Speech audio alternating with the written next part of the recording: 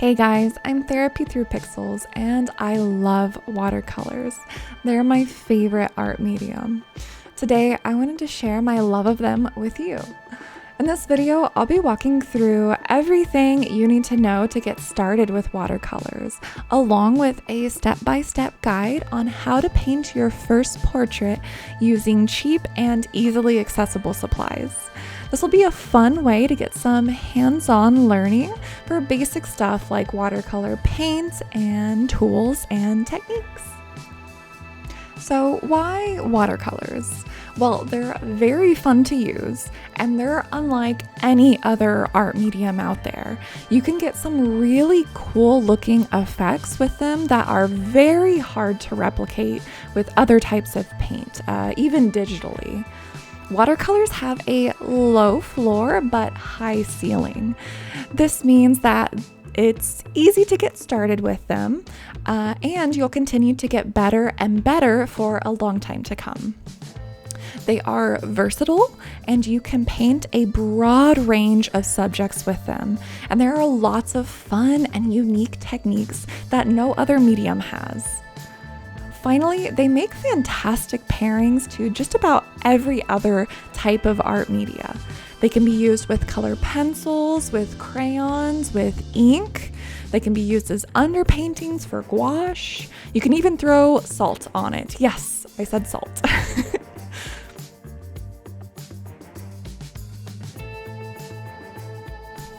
All right, first let's talk about the non-negotiables. These are the items you have to get started with watercolors. First up is, of course, we're gonna need some watercolor paints. I bought this really cheap set of Crayola Watercolors from Walmart for $2 USD. I've also got this set. I bought it on Amazon. I can't quite remember the price. I want to say it was like $20. Right now, the quality of the paint doesn't really matter. Get whatever is within your budget. We're going to need those extra dollars somewhere else. Next, we're going to need some paper. This one's important. When you're buying paper, make sure it says that it is watercolor paper or mixed media paper. This is an absolute must. You can't use sketchbook paper, can't use like computer printer paper. It must say that it can be used with watercolors.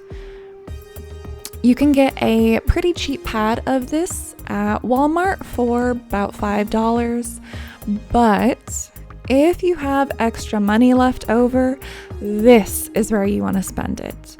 Higher quality paper is going to make much more of a difference than higher quality paint at this point in your journey.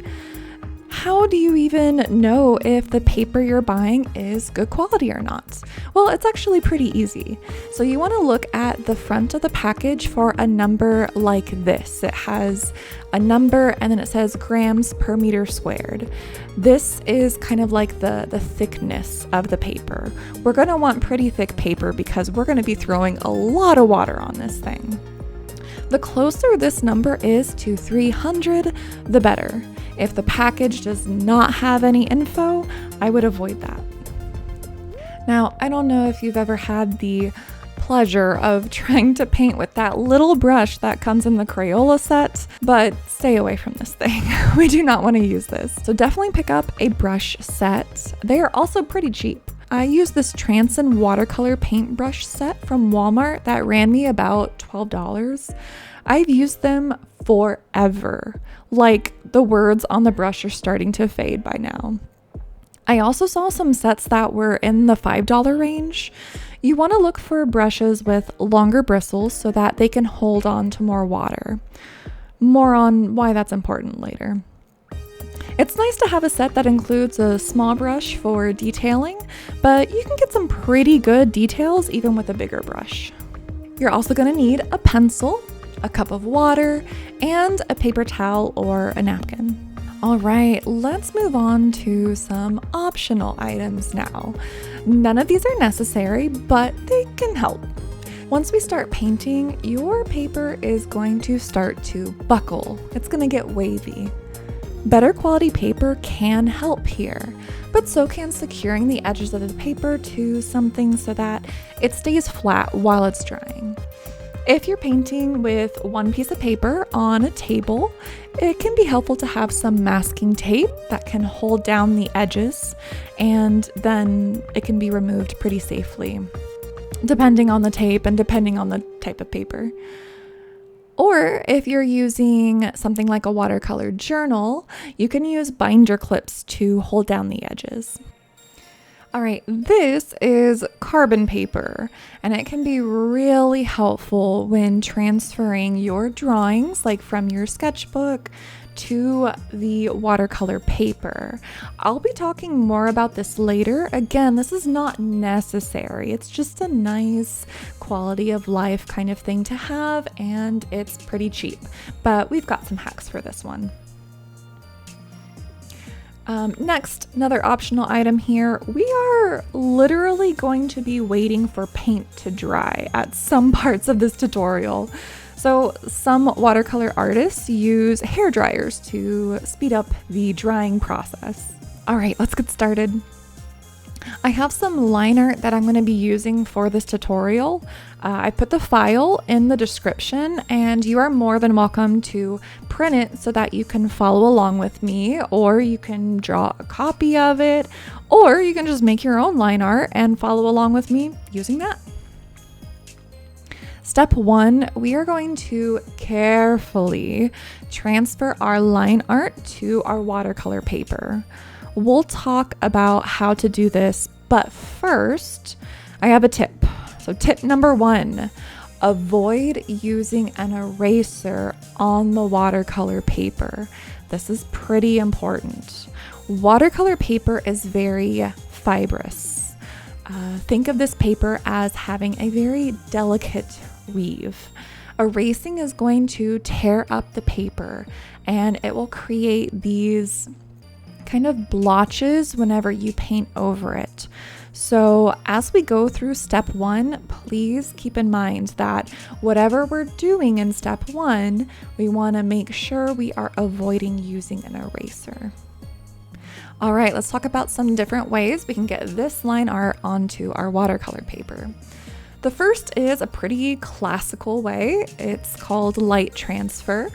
So we can carefully tape our watercolor paper on top of our line art, and then we can place the two on top of a very bright light source. So I'm just going to use my pencil and lightly trace the art onto my watercolor paper. The way I do it is I use carbon paper, or it's sometimes called transfer paper. But this is a sheet of paper that's really thin, and it has a very, very thin layer of black charcoal dust on it, kind of like pencil lead. And to use it, you place this sooty side down onto your watercolor paper. So the dusty side is touching the watercolor paper. And carefully, without putting too much pressure on stuff, we're going to lightly put the line art on top and secure it together using tape so it doesn't slip and slide. And I take a colored pen, and then I trace my line art very softly, and I'm being careful not to press too hard. When you're done, you just take the paper off and lightly run a soft eraser over the line so that there's no carbon dust remaining. A kneaded eraser works very well for this. There's also a cheap kind of hack to using the carbon paper. It's a little bit more tedious, but it gets the job done. And what you do is you turn your line art over and look at, where the lines are. And you're just going to take a pencil, or if you have like a charcoal pencil, and you're just going to darken the back of the paper. So you're basically making your own line of carbon paper, and then you just follow the steps from above. You flip it over, you trace the line art lightly, and it will leave behind some lines for you. All right, now that we got our drawing on the paper, we are going to shove that aside and play with some paint for a little bit. Get yourself another piece of watercolor paper because we're gonna go through 2 watercolor techniques and then we're gonna start on our portrait. Watercolors need to be wet before your brush will pick up the color. So let's do that right now by picking up some water with our paintbrush and putting it onto our yellow color and our red color. When putting color on the paper, it's important first to think about how bright or saturated we want this color to be. So pick up some water with your brush and put it in the little mixing area of your watercolors. If your watercolors don't have a mixing area, you can just use a plate. Watercolors wash off with water. I'm going to put my paintbrush back in the water, touch the red paint, and then mix it with the water in my mixing area, and then make a brush stroke on my paper. We have just mixed a little paint with a lot of water. Now I'm going to clean my brush by dipping it in the water and soaking up the extra water with my napkin or my towel. I'm going to touch my brush to the paint and then put it directly on the paper. So now we have a lot of paint with very little water. See how the less water we added, the more bright or saturated our color was. Sometimes we'll want to use a lot of water to dilute the paint, and sometimes we'll want to use barely any water at all. You'll see as we go through this tutorial that we're mostly going to be starting by using very diluted paint, so using lots of water, and then as the portrait progresses, we'll be using less and less water. We'll be using more saturated paint. Next, we can have 2 colors mix in a really cool way using a technique called wet on wet. Get some water and apply the water directly to the paper, no paint. Next, get some yellow paint from the tin and place it somewhere on that wet spot. Quickly clean your brush by dipping it into the water, and then get some red paint and place it somewhere else on that wet spot. Watch how the colors bleed into each other in this really interesting way. Also notice how you have no control over how the color spreads. Your blob will not look like my blob or anybody else's blob who's doing this tutorial. That's the beautiful chaos of watercolor. Let go of control. There's no such thing as perfect. Embrace it. While we're at it, take a quick note of how your paper is handling this practice. Is your paper becoming wavy? That's okay, we have some things to help with that, but this is where higher quality paper is really going to help you. But also, some warping is inevitable. Embrace the chaos. And on to step number 2, we're actually going to start our portraits.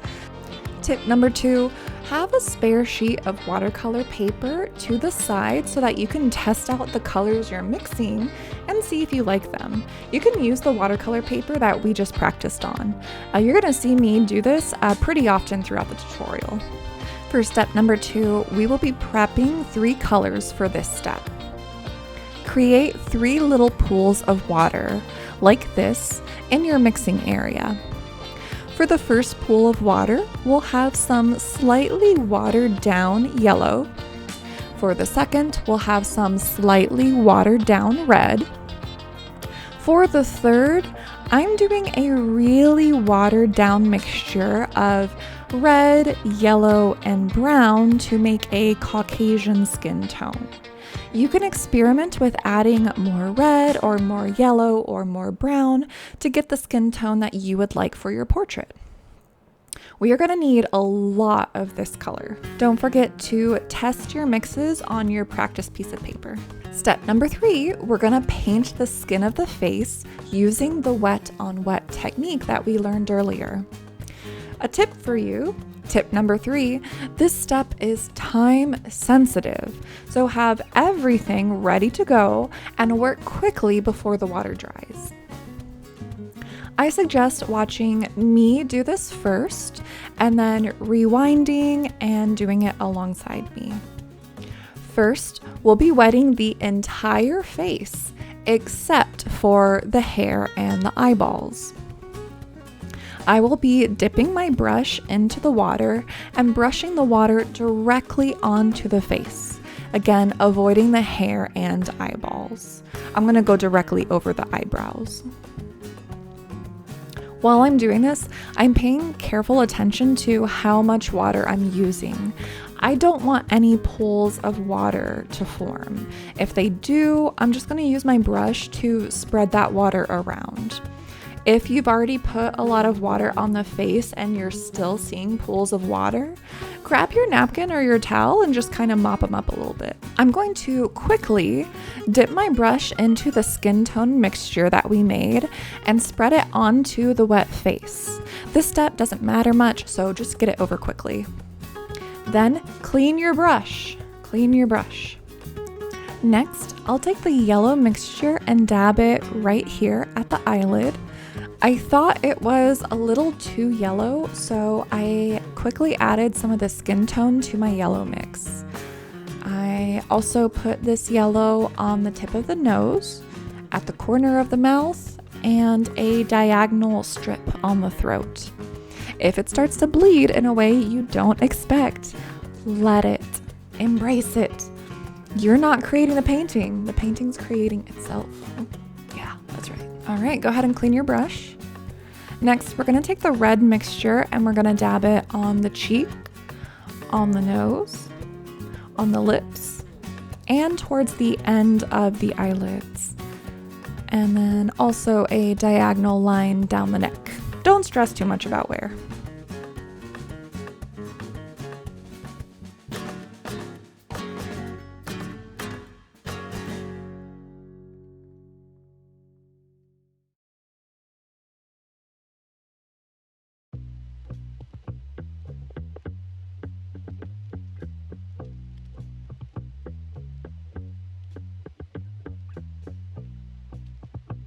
Okay, take a deep breath. You did it.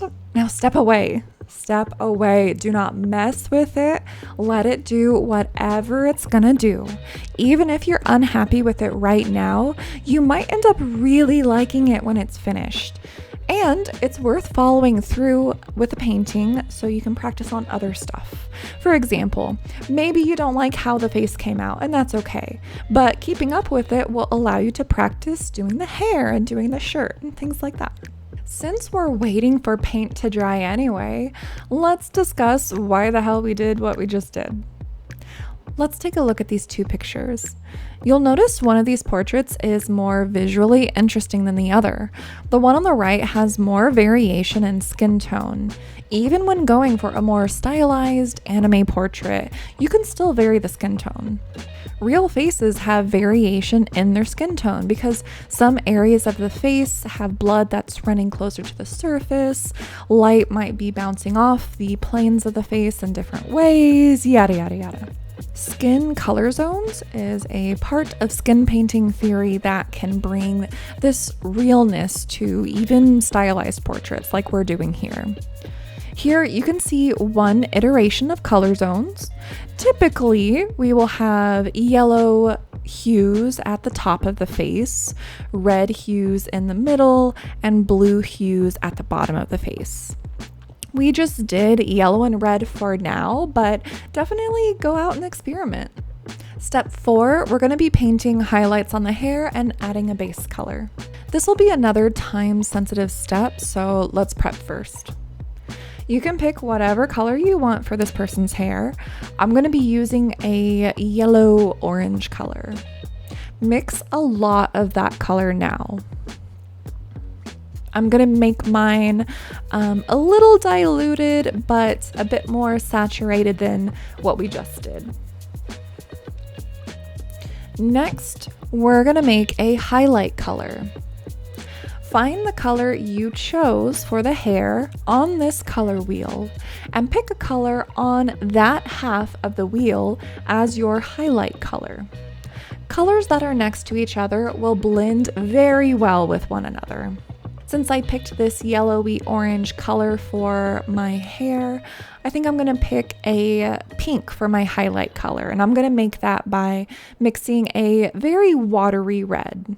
Next, we're gonna make a darker color than our base color to add some depth. If you did end up buying a watercolor brush set and you have a brush that's much bigger, I recommend using a big brush for this next part. I'm going to be making highlights on really specific parts of this person's hair. Having a real photo to use as reference would really help when choosing where to put your highlights. For now, you can just follow along with me. I'm wetting the paper first, and I'm leaving a thin strip of white by putting my pink around it. Think of it like I'm kind of making a circle with the pink color, so the center is still white. That's the plan anyway. Then I'm putting my base color around the pink, and I'm gonna let it bleed however it wants to. Now I'm just gonna go ahead and fill in the rest with my base color.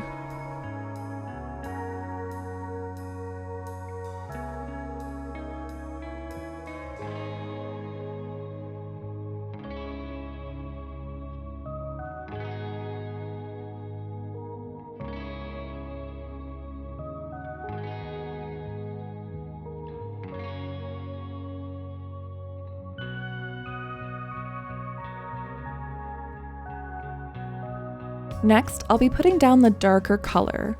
I'm going to be putting it down by their neck and on certain parts of the hair. Don't worry about putting it exactly where I put. We're just trying to get kind of an interesting mix of color down here.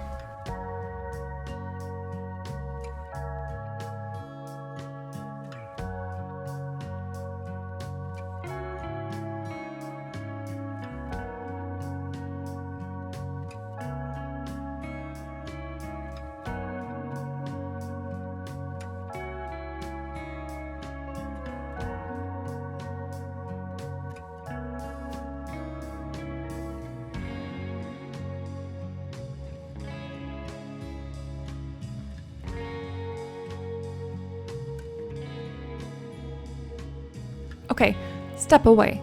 Do it. I mean it. Go watch another video. I'll see you back here in 15 minutes. We do not want to put any more water on our paper at this point. We want to let it dry. Your paper is going to let you know when you're adding too much water, so just step away from now. Welcome back for step 5. We're going to be working on the shirt next. Now, we touched on color theory a little bit, so I'm going to talk just a tiny bit more about that. For the shirt, we're going to be looking at some color theory stuff. So first, whatever you chose as your base hair color, I want you to find that on the color wheel. And then let's go directly opposite of that. These two colors, your base hair color and the color directly opposite, these are called complementary colors, and they look super good side by side, but they don't mix very well, so keep that in mind. Use your complementary color for the shirt. I'm going to be choosing blue because it will complement the orange tones of the hair. And then let's also pick a color beside your complementary color. I'm choosing purple, which will complement the yellow in here. Kind of an advanced tip here, tip number 4. You can plan your entire portrait around this idea of color relationships. We want some pretty saturated mixes for these colors because I don't plan on coming back down here. So I'm going to make a really saturated blue mix and a really saturated purple mix. I'm putting down my blue starting at the shoulders. And then as I start to get closer and closer to the bottom here, I'm going to allow my brush to run out of paint so that it makes this cool effect. This is called dry brushing.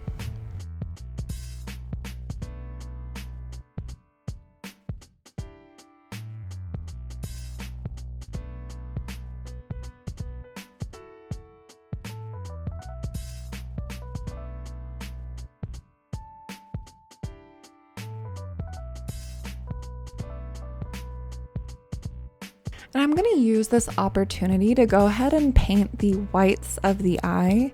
I know they're called the whites of the eye, but they're not actually white. They're more of like a bluish, grayish kind of color. And hey, what do you know? I already have some blue on my palette here. If you don't have any blue, go ahead and mix a tiny little, we just need a drop. So I'm taking a bit of that purple mix I made for the shirt, and I'm just putting a very tiny amount at the top of the eye part to create a shadow, because those eyelashes are going to be making a shadow on the eyes.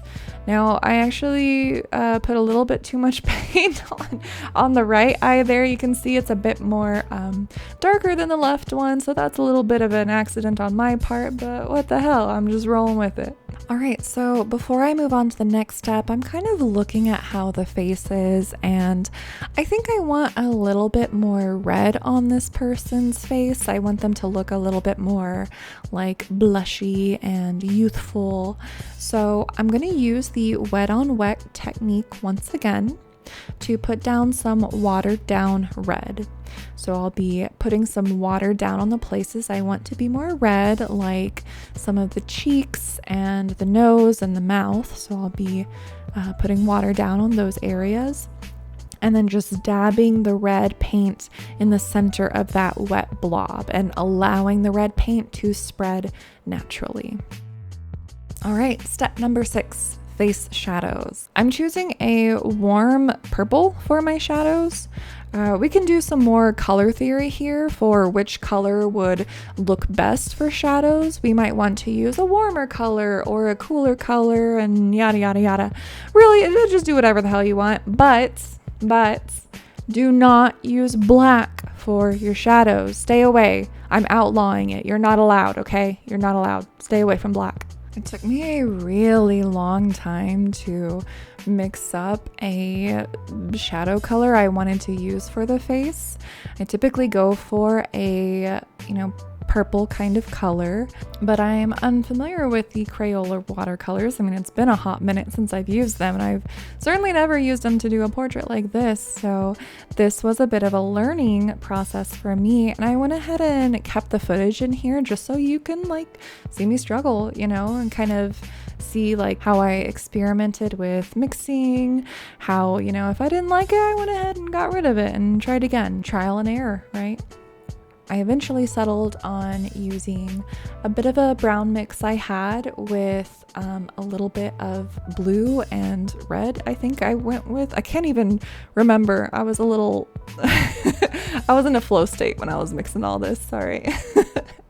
So for this red purple color that I'm making for my shadow, I'll be adding a lot of water, because I want the skin color to show through.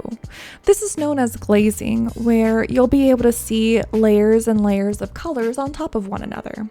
That's why we did our face colors pretty light. That's why we can go in and add more colors in different places. We can do the shadows. It'll make this really, really beautiful effect when we're done. For the shadows, I sometimes want a soft shadow or a hard shadow. For this step, I'm using all soft shadows. A soft shadow has soft edges. So if you look at my VTuber model here, the shadow under her chin, that's a soft shadow. Here on the top of the forehead, I'm placing my shadow color by the hairline and using water to dilute the paint downward. This can make it fade very softly into the skin. I'm also going to do this to the other side. Then I'll be putting a shadow color by the nose here, by the left eye. I'm going to be moving this color across the eyelid and across the cheek.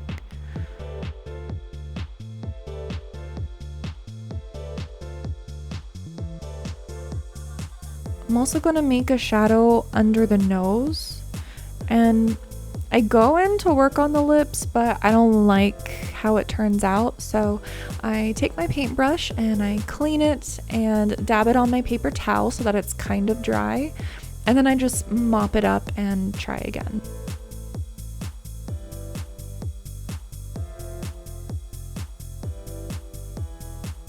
I'm painting on the left side of the entire mouth and then just on the top lip.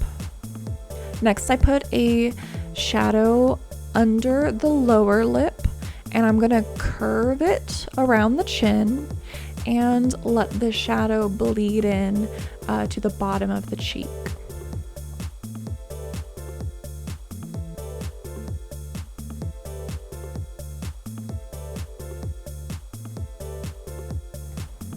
I'm going to do a little shadow here at the start of the right eyelid and the end of the right eyelid. And I decide with my leftover paint, I'm going to do a little shadow here where the hair is lying across the face. And then finally, I'm going to do a little triangle of shadow right here under the chin. If you're feeling stressed about this part, well, you're very intuitive, because this is one of the most difficult things when it comes to learning how to paint portraits. So give yourself some time and some patience and you'll get it. Do not throw away your old work, even if you're embarrassed, okay? Looking back on this work helps you see how far you've come. Now I'm going to be painting the iris next. I'm going to be leaving a small circle for a eye shine, for the light to catch the eye. I'm going to be painting it the same color as the shirt. So that's going to be my base color for the iris, again, like leaving a little dot. But I'm also going to be dabbing in a different color, a color that's close to the color I choose. So green or purple would be good here. I'm going to go with a little bit of green just to show some interesting color variation here. And I'm also going to do a slightly darker blue and make a little line at the top of the iris, just like we did for the eye whites, to show a shadow there from the eyelashes. Once this is dry, then we'll go back and do the pupil. All right, step 8. We're going to be adding some hard face shadows now. And this is where you're really gonna see your portrait start to pop. The earlier parts of the portrait are very much a trust the process kind of thing. Usually when I'm painting my own portraits, I'm like, man, this sucks. And then usually it's not until I get to this part where I'm like, oh, actually, hey, it's not that bad. So I'm mixing up some more shadow color. I'm going to be putting, like I said, some hard shadows down, meaning I'm not going to worry about trying to blend these shadows in with the skin. I'm putting a shadow down in the eyelid crease, in the line of the nose, the nostrils, the seam of the lips,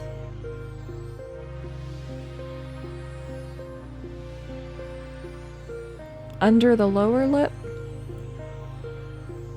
on the upper lip,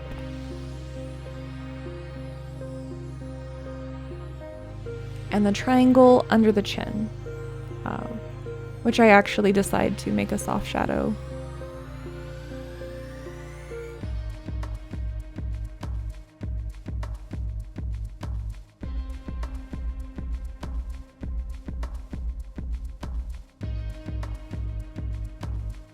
I'm also going to do the lower lashes right now, and I want to stay away from the upper lashes because if the eye's not dry yet, I might accidentally do that wet on wet technique where stuff starts to bleed. I also decided to do their eyebrows at this stage. I just took a darker color than the base hair tone and I just brushed in the eyebrows, and I was very messy about it. I want to paint them messily so that part of the skin kind of peeks through my brush strokes, some of that shadow color, and dabbing it on the lower eyebrow hair to give it some depth. Okay, step number 9. We are almost done, guys. I'm going to mix up a darker color for the hair shadows. I'm going to be doing this burnt orange kind of color, and I'm going to be making it pretty saturated. Now, I'm very much in a flow state while I'm doing this next part, so I'm sorry if I don't really adequately explain what I'm doing. Basically, I'm putting the shadows around the neck because we want to show that some hairs behind the neck, it's shadowed, right?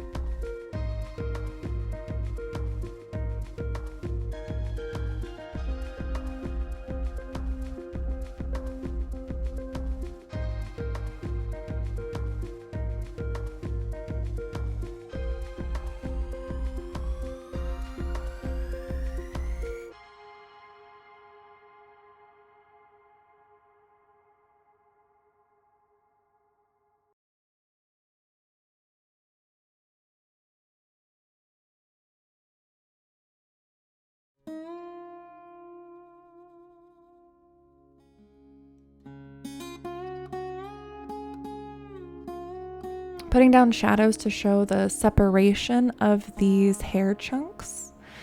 I'm going to be putting some shadows under the bangs right here and putting some shadows down to show the part in their hair.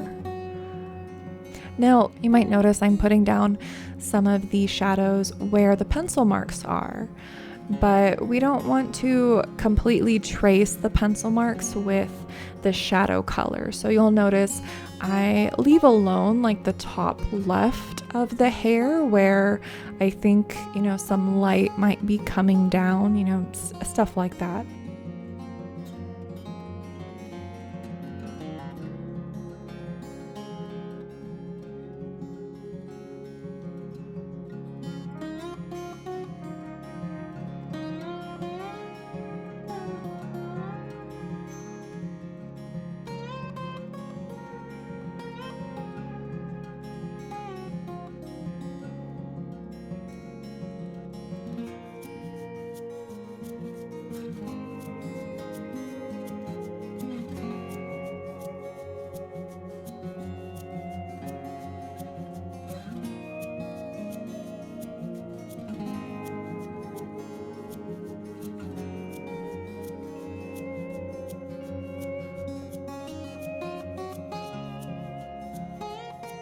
Next, I'm going to be diluting my paint a little bit more and adding shadows in certain areas of the hair chunks to give this more wavy kind of look. You might notice this part's pretty hard, and part of what we're practicing here is we're working on your confidence and your brush work, which is how smoothly you're putting the paint down onto the paper with the movement of your paintbrush. And all of that just comes with time. A very important part of this process is to look at our painting once we're done with it. We're going to be looking for things that we liked, things that worked out well, that we want to try again. And we're also going to be looking at sore spots, some places that could use a little bit more work next time. So when I'm looking at this portrait, some things I'm noticing is, man, I really like how the bottom of the shirt came out. I don't know, something in the way that my two colors mixed together made this cool kind of effect. I'm also noticing that some of the shirt bled into the neck a little bit and bled into the hair a tiny bit. But yeah, this is an important part of learning and growing as an artist. All right, so you might think I forgot the pupils and the eyelashes, but I actually wanted to show you some of the really cool ways that we can use watercolors. I have with me a set of color pencils. These are my very old Prisma set from like middle school. But I'm going to be taking a purple color from my color pencil set, and I'm going to be drawing on the eyelashes and drawing a little bit on the pupil. If I wanted to, I could also take like a yellowy or orangey color and add some interesting texture to the hair. Another thing you can do is you can buy one of these white gel pens. They are a little bit more on the expensive side, but you can get these pens and make little reflections. So I added a little bit of reflection on the nose and on the lip. Once you get a little bit more skilled at watercolors, you can just naturally like not paint these areas. Some other things we can do is we can add water soluble media to this. So there's water soluble color pencils. There's also the water soluble Caran d'Ache Neo Color 2s that I've used on my channel before. We can also use salt. So I recently put out a short where I painted Hornet from the Silk Song game that came out recently, and you can actually watch me use salt in that short with the watercolors. It made this pretty awesome effect. And there's also something called masking fluid that you can use, which I'm going to be showing how to use masking fluid in an upcoming video. I hope you enjoyed this tutorial and found it useful, and I would love to hear about your watercolor journey. And I hope that you get out there, make mistakes, and have fun. Bye, guys.